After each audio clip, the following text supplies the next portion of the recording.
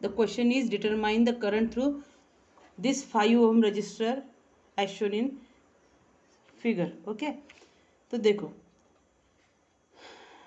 assuming that this voltages V1, V2, V3, while analyzing the circuit at V1 position, V1 is a higher potential than others potential. After that, when calculating for the V2, V2 is a higher potential than other voltages point, and V3 is same as that of I1 and I2. Now assume that if whatever the voltages are higher potential, we are applying the KVL. Now apply the KVL at a node V1. Okay, so V1 में देखो यहाँ का arrow यहाँ पे दिखाया है कि this is in outward direction. Now all these currents are not showing ना, हम ऐसे अज्यूम करेंगे कि these are outward direction current, outward direction current. So in outward direction current means all these branches current is equal to 3 ampere. समझ में आया? सो देखो यहाँ पे 4 ओहम है, this one is higher potential, so V1 divided by 4, because V1 minus ये ground potential is 0 divided by 4 आएगा. उसके बाद ये करेंगे this one, so V1 minus यहाँ पे V2 है, V1 minus V2 divided by 2. समझ में आया? ये वोल्टेज. उसके बाद है V1 वोल्टेज है 32, सो V1 minus 36, sorry V1 minus 36, और उसके बाद ये यहाँ तक कंटिन्यू होता है, तो ये V3 है. सो V1 minus 36 minus V3 divided by 4, understood, is equal to 4, is equal to 3, because these are 3 ohm current is coming towards the VA, and all are, we are assuming that all the currents are in outward direction. So outward direction is equal to incoming direction, so 3 is equal to these 3 current. Understood? Now separating the things, V by 4, V by 2, sorry, V1 by 4, V1 by 2, V1 by 4. So from this one we are taking V1 as a common. So V1 common निकाला, यहाँ 1/4 रहा, यहाँ 1/2 रहा, यहाँ 1/4 रहा. Okay, then V2 के लिए सिर्फ यहाँ पे एक V2 है, दैट विल बी -1/2 V2. उसके बाद V3 के लिए देखो, this is -V3 divided by 4, sorry V3 divided by 4 बराबर है, इज इक्वल टू 36. और उसके बाद ये V1 का कैलकुलेशन किया, ये V2 का किया, V3 का किया. नाउ दिस 36 डिवाइड बाय 4, ये -36 डिवाइड बाय 4 इक्वल टू के साइन के बाद प्लस हो जाएगा. Okay, so understood. Means from this one we are calculating as V1, then V2 and then V3. Okay, so ये पूरा कैलकुलेशन के लिए, ये पूरे कैलकुलेशन के लिए we are getting V1 as a 1.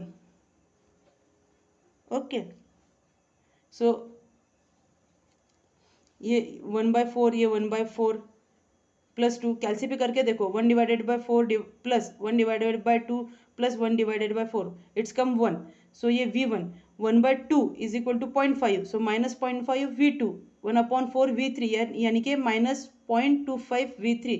इसका आंसर 12 आता है. How to find 12? Just use the calculator, we are getting directly 12. Okay, उसके बाद apply KCL at node 2.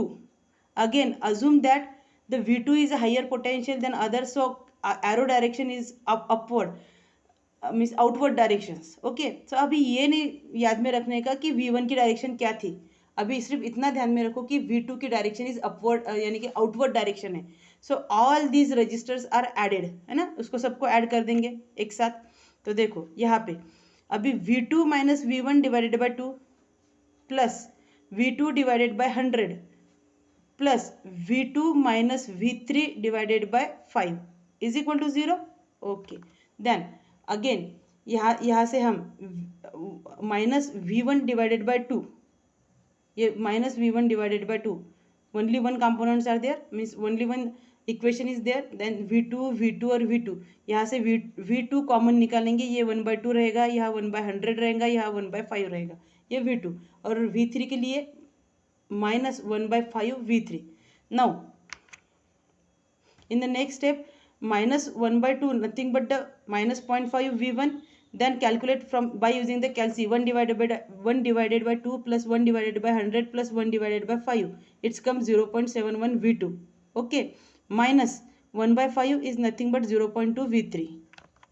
Okay, this is our second equation. For first loop we are getting this equation, for the second loop we are getting this equation.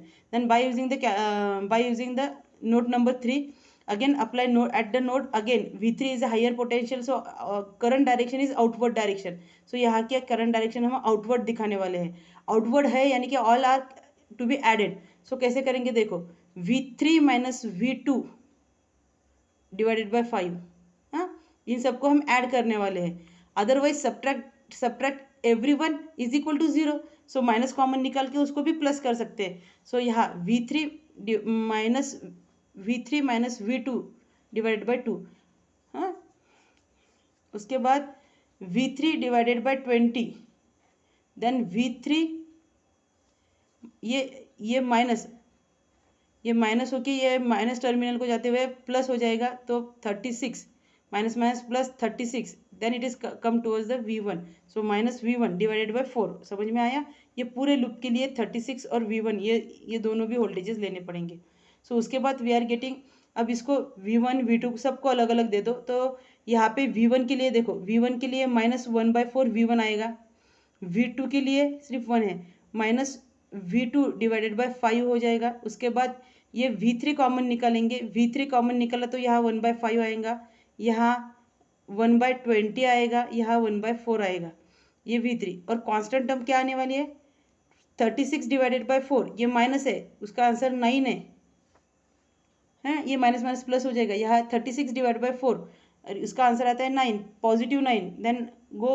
Then this 9 will be shifted towards the right hand side, so it is become negative. Okay, then 1/4 is nothing but 0.25, 1/5 is nothing but 0.2, all this is 0.5 is equal to minus 3. Now we are solving this equation 1, 2 or 3 with the help of calci. How to solve with the help of calci, see here. तो अब हमें ये equation 1, ये equation हमारा 1 है, ये equation हमारा 2 है, ये इक्वेशन 3 है. सो तीनों का यूज करके हम कैल्सी का यूज करके तीनों को कैसे सॉल्व करते हैं वो देखेंगे. तो यहाँ हमें इक्वेशन चाहिए, तो ये शिफ्ट का बटन प्रेस करो. शिफ्ट में एक बार, 2 बार, 3 बार यहाँ EQN आएगा, तो इसके लिए 1 प्रेस कर दो. हमारे अननोन 3 है, v1 v2 v3 3 है, सो 3 को प्रेस कर दो. देन फर्स्ट v1 इक्वेशन के वैल्यूज रख दो. v1 के लिए क्या है, 1 है, 1 करो, इक्वल टू करो. v2 का इक्वेशन में माइनस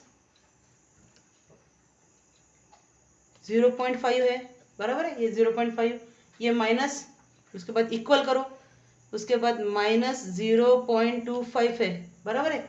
और उसके बाद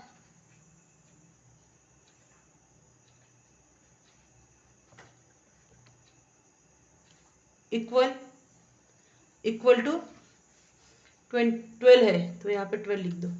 ओके, उसके बाद हमें चाहिए b1 की. अभी इसके लिए कोएफिशिएंट कौन से, माइनस 0.5, सो ये आएगा माइनस के लिए ये भी यूज कर सकते हैं, ये भी यूज कर सकते हैं, कौन सा भी एक कर लो. 0.5, उसके बाद ये प्लस 0.71, सो 0.71 प्रेस करो, इक्वल टू ये कितना है, ये माइनस 0.2. ओके, उसके बाद यहाँ पे वैल्यू इज इक्वल टू 0 है, सो यहाँ पे 0 पुट करो. ओके, उसके बाद लास्ट इक्वेशन में कौन सी वैल्यू है, v1 के कोएफिशिएंट कितना है, माइनस 0.25, बराबर है, इक्वल टू, उसके बाद कौन सा है, माइनस 0.2, सो माइनस 0.2, उसके बाद कितना है, 0.5, सो 0.5 इक्वल टू माइनस 9 है ना, ये माइनस 9. अब इन तीनों को सबको सॉल्व करेंगे, तो we are getting the value, suppose see here कितना आया, ये v1 कितना आया, 13.41 या 13.41 आया. देखो y यानी कि v2 है, v2 की वैल्यू कितनी है, 7.058, यहाँ पे हमने 0.76 लिखी. v3 के लिए इक्वल टू करो, v3 का इक्वेशन कितना आया, माइनस 8.47, सो 8 कितना आया, minus 8.47, so 8.47. So it is very easy. Okay, समझ में आया? ओके. सो कैलकुलेटर यूज करने से हमें कितना इजीली V1 V2 V3 की वैल्यू मिल गई. तो एक बार ट्राई करके देखो, solve with the calculator. And this procedure is carried out for the 3 unknowns. अगर हमारे पास सिर्फ V1 V2 है, सपोज I1 I2 है, सिर्फ 2 ही अननोन है, तो इसके लिए भी ऐसा ही करने का. लेकिन ध्यान में रखने का कि वहाँ पे अननोन्स आर 2, वहाँ पे प्रेस करना है और just put the values of things.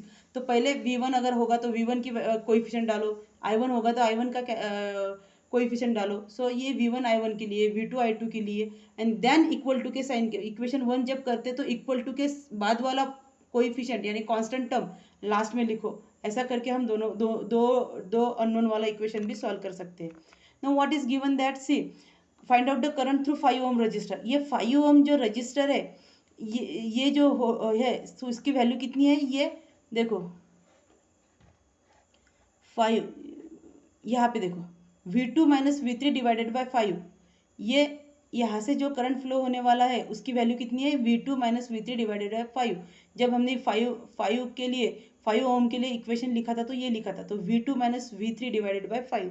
So V2 कितना है 7.06 माइनस V3 कितना है, ये माइनस है 8.47, तो minus minus plus divide by 5 करेंगे तो ये 3.11 आता है. So the current flowing through the 5 ohm resistor is 3.11 ampere. Okay, understood? Thank you.